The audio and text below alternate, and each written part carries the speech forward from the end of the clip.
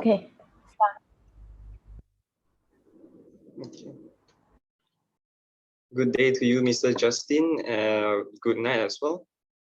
And this is our critical analysis of media freedom laws. And our group's members consist of me, Lau Yushen, Su Jingyi, Yang Xiaorui, and An Xiaoming. Okay. Now, laws are made to establish order. However, in this age of ever-increasing connectivity between people, some of these laws may pose restrictions to media freedom, especially in the print and online media. Here are the 5 laws that we propose changes to for more freedom in media. Next. Now, the first one will be the obvious one, which is Sedition Act 1948, which criminalizes speech, words, and publications containing seditious tendencies.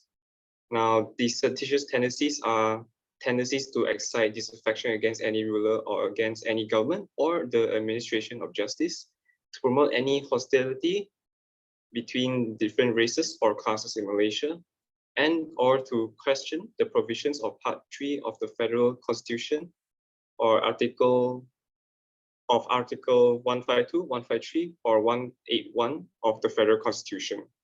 Next. Now, a famous example of this would be Zulfikri Anwar Uhakwe, also known as Zunar, who faced 9 charges of sedition from his 9 tweets on his Twitter page. And his tweets were regarding Anwar Ibrahim being imprisoned in jail, and about many tweets regarding the former Prime Minister Najib Razak. Next. Now, rather than a proposal to make changes to the Sedition Act, we propose to repeal the act entirely, since it basically renders criticism null and void. But what we need is criticism for our country to develop, and Bu Suling from the Malay Mail is also in favor of this view, where the Sedition Act is detrimental to our country's development. Next. The second one will be the Official Secret Act 1972, where any document, information, location, or material can be declared secret, and all they need is a public service individual to be appointed by a minister to declare a secret.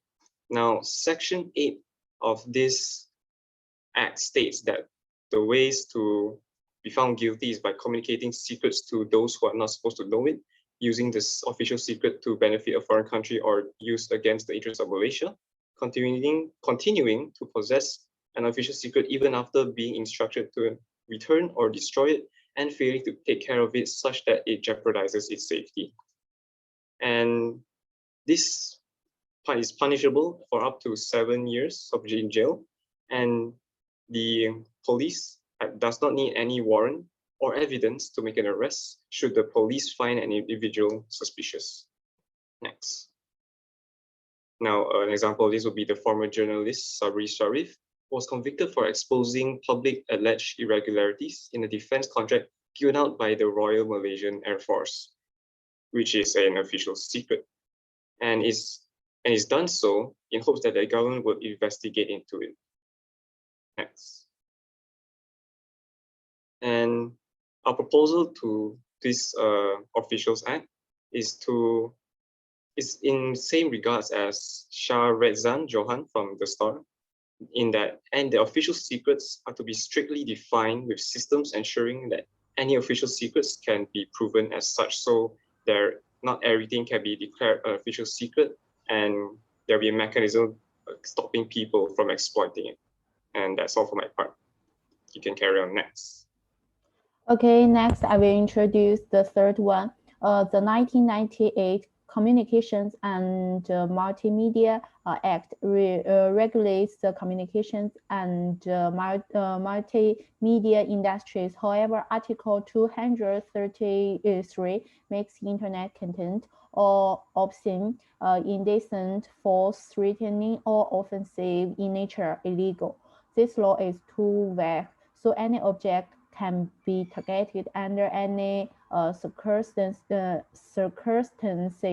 One example is Huang Mingzhi, or whose stage name is Name Wei, who sang the same song "Oh My God" with the Taiwanese group 911 for a Taiwanese film, An exposed music video showed 4 people filming dancing scenes in Buddhist temples, Taoist temples, churches, and mosques in Penang, Malaysia. According to reports, more than 20 Malay organizations in Penang subsequently called the police for insulting Islam.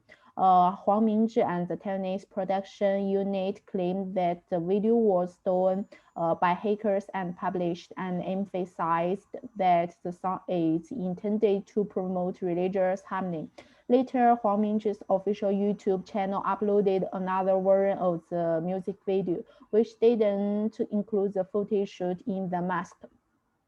If Huang Mingzhi is convicted, he will be sentenced to up to 2 years in prison. Therefore, in this case, the ambiguity of the law would allow the intentional person to seize such loopholes and frame the innocent. Therefore, the law should be amended to make the ambiguous content more accurate, and no one should be allowed to sue others for freedom of speech in the media according to their own ideas, and the specific restrictions on behavior should be imposed. The right to speak is closely related to the right to hold opinion, freedom of thought, freedom of conscience, and freedom of religion. Moreover, these rights belong to everyone. Okay, please, Sherry, continue her part.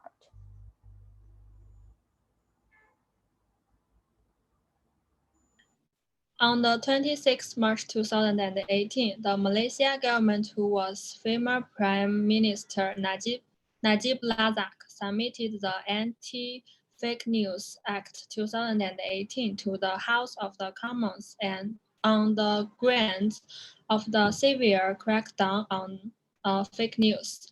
The main part of the act is that anyone, including non-Malaysian foreigners, intentionally makes, provides, publishes, prints, forwards, or prints fake news can push up to 10 years in prison, and a fine of 500,000 ringgit. Next. In May of the same year, the new government attempted to repeal the hastily drafted Anti-Fake News Act 2018. The internet area has sparked controversy over alleged violations of the law and the morality. However, the repeal of the bill eventually failed with the vigorous development of the mobile technology and the internet success in Malaysia. The use of social networking websites and video sharing e-websites is becoming increasingly popular, but some legal issues ensued, and many controversies over alleged violations of the law and the morality.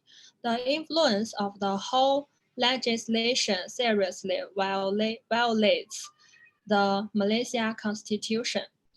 Attorney General Tom Thomas said that the full impact of the anti-counterfeiting news law with the serious violation of the Malaysia Constitution and prohibits the critics from speaking their opinions. Next. The Malaysian public sector has had a strong impact on the regulators. Malaysia has reasonably regulated existing Malaysia media law through the Communication and the Multimedia Commissions and the Communication and Multimedia Content Forum. For this, they use the multiple methods, such as encourage industry self-discipline, block the related websites, adopt criminal or civil sections. Okay, that's all. Okay. The amendments will have a significant impact on Malaysia's laws regulating personal internet publication, including news, reports, blogs, and social media. Inter, inter, the amendment will allow the prosecution or the plaintiff to prove the identity of the person in charge of the internet publication based on the perception of fact. An internet user identified under Section 148 is considered the publisher of the content unless the internet user prove otherwise. Therefore, the burden of proof has been transferred. The amendments to the Malaysian evidence law has had a far-reaching impact on internet users. It will help to prove crimes against internet users under the Communication and Multimedia Act of 1998, the Computer Crime Act of 1997, and the Entertainment Act of 1948. It will also help to prove label charge based on online publications. Next. Malaysia Kini was found guilty under Section 148 of the Evidence Act of 2012. Malaysia Kini was fined 200,000 ringgit for contribution of counts for a third-party opinion published in the Public Opinion column on June 9, 2020. The Supreme Court's decision reflects the concerns raised by the media about the use of Section 148 of the Evidence Act. This will mean that the reader loses the opportunity to criticize from their own opinion and raise object or alternative position, especially on issues of public internet. The end means the freedom of speech, which ran counter to the constitutional position of freedom of speech. Next.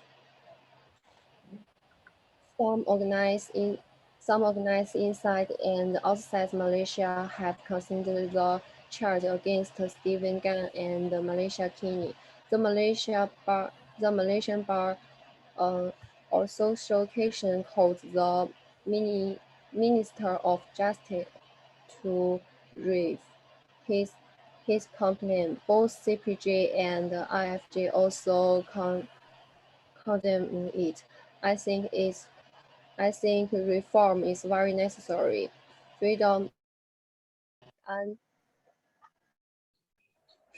of speech is an inviolable constitution of the society to be direct enough, under the condition that individual rights and the personal dignity are guaranteed. Every citizen has to face the right to speak freely according to his own will and to listen to the opinions of others.